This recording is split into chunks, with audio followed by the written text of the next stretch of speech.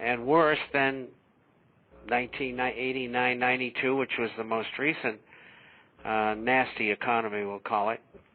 I think what you have to look at here is the real figures, and I'll reiterate them very quickly. You see unemployment at 9.5%, but that's not the real figure. The real figure is called U6. It's 16.5%, and it includes people who are no longer getting checks from the state unemployment, people who are working part-time, and the average work week right now is 33 hours. And the people who are discouraged as well, who have, not gotten back into the workforce and just given up trying to get a job because there just isn't anything there. Now, there's a thing called the birth-death ratio, and what it is it's a device in order to reduce the number of employees who are being laid off or fired or whatever. And that device has added, on average, every month for the last several years, 185,000 jobs, and they're making them out of thin air. Thin air. So it's all the figures are bogus. So if you take that out, this birth-death ratio, you're looking at 20.5% unemployment. And so that's very important. And it's growing, and it'll grow and grow and grow. In fact, I think the reports for the next report that comes out is not going to be very good. It's going to be worse than the several previous ones. So you can't have a recovery in economy if people are getting laid off. I mean, they don't buy. They're spending money, just to live because they don't have the extra money from their income to buy other things. Other things being new kids or new styles of the clothing for the children. In fact, I just saw some figures. The figures for child's clothing are down 35%. And I just saw this morning that the buying for back to school is off as well. So this thing is not going away. We're not having a recovery. We're not going to get a recovery. We may get a sideways movement because next year a good portion of the stimulus program is going to be enacted. They did that for political reasons, of course, because it's an election year. And we predicted that's what they would do, and they did that. And also we predicted that there would probably be another stimulus program because things aren't going the way they would like them to go. And in other words, they did a lousy job of figuring out what to do with the program. And I'm looking for another stimulus program of $2 trillion. And they did talk about it about 2 or 3 weeks ago, but once you get into the fall and the stock market starts going down and gold and silver start going up and the interest rates start moving higher, you're going to see a call for, we need more stimulus. And I can assure you by February or March we'll have it. I understand that. Believe it or not, we have probably a Marine calling in from San Diego. And if you don't mind, I know it's just the first half hour, but would you mind taking a phone call because he may be calling in and it's costing him some money here. Oh, come on, let's do it. Okay, the caller from area code 619-987. You're online with Mr. Bob Chapman. Do you have a question? Hey, how you doing, gents? I hope you can hear me okay. This is Scott perfectly. From San Diego. Go ahead, Scott. We hear you good. Thank you, sir.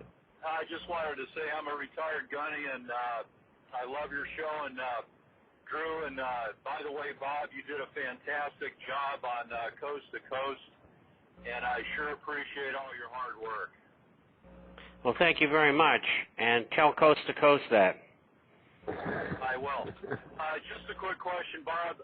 Are you still available? I just wanted to see if I could maybe shoot you an email sometime with a few private questions, if it were possible. We answer everybody's questions. All you have to do is email and send the question along with your phone number. And if it's too difficult or I have to have a lot more information, what I will do is I will call you if I can't do it on email. So just do it. All right, sir. I'll just I'll bulletize it and make it real short and simple for you. Okay. And Bob, being out here in San Diego, what do you see as far as the commercial property, sir? Where do you see that? What direction do you see that going in within the next few months? It'll go down further, and it'll probably go over the next 2 years down 20% more than it has already, and it'll bottom by the end of 2012 probably if they don't go making lots of subprime and alter type loans, which they've started to do, which is not going to be good. They're trying to prolong the agony here, and so I wouldn't be a buyer, and I certainly, if you could get your house sold and you wanted to, then I would do that. I used to live in that area, and I lived in La Jolla for a couple of years, and used to play golf at Coronado occasionally, and sure. with some Navy SEALs. Oh yeah. Yeah, and so I like San Diego. It's a nice town.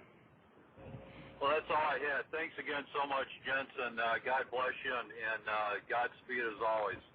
Thank you. I heard Thank it. Scott, before you drop off, Scott, are you on my news and views list? Say that again, Drew, one more time. Are you on my news and views list, on my automatic news and views list as a former Marine or active Marine? Yes, sir, I am. That's affirmative. Okay, if you haven't had an opportunity, today's news and views, there is an article about Laguna Beach. You know where Laguna Beach is, up there by the old air base for the Marine Corps at El Toro. There's 11 Laguna Beach millionaires that have their houses going up for auction this next week, and they're predicting that those $1 million homes are going to sell between auction $500,000 and $700,000. Now I know that's out of the price range, but they'll give you something to negotiate. If you could get 5 or 6 Marines to go together, you have to pick up a property that will probably end up going back up. But at $500,000 on a $1.7 or $1.8 million home, it's a good investment in my eyes. I don't know if Mr. Chapman would agree to it, but that's how bad the situation is going to get in California when you've got millionaires that are starting to lose their homes, and Orange County newspapers are starting to print it. Yeah, there's a lot of properties that are just for sale all over the place. There's a lot of commercial properties. Surprisingly, that a lot of the clients in the stores are shutting their doors. It's pretty amazing because, especially Southern California is known for shopping and for tourism and all that sort of thing, and it's kind of an uneasy feeling out here right now. Okay. And well, it should be. It's been coming for a long time. And the best thing to do if you get cash is buy gold and silver coins and shares because they're going up. Yeah. Sure, that's what I'm doing. Outstanding. Thank you, Scott. I appreciate the phone call. Keep in touch. Yes, sir. Number 5. Bye. Okay, Mr. Chapman, go right ahead. Well, do we have any instant messages or anything? We do, and Mr. Chapman, the latest report is that the government is going to close down or combine Fannie Mae and Freddie Mac and split them up and sell them off individually. What's your intake? We'll probably lose about $2 trillion as taxpayers, maybe more. And you know they were making all those loans because nobody else would over the last 2 years, and most of them are not going to stick, or at least half of them won't. And so it's in time when they do sell them off, it's not going to be good. And You know, I wrote an article 5.5 years ago declaring that they were both bankrupt and nobody wanted to listen, but everybody in Washington knew. And unfortunately it came to pass, and it's a terrible kettle of fish is what it is. And we're going to pay for a long time. If you notice that the Government Inspector General, who is directed to make an estimate of how much the federal government under the Treasury Department and the Federal Reserve, which is a private corporation, was committed to lend out, or had lent out already, and the figure was $23.4 trillion. Now you got to ask yourself,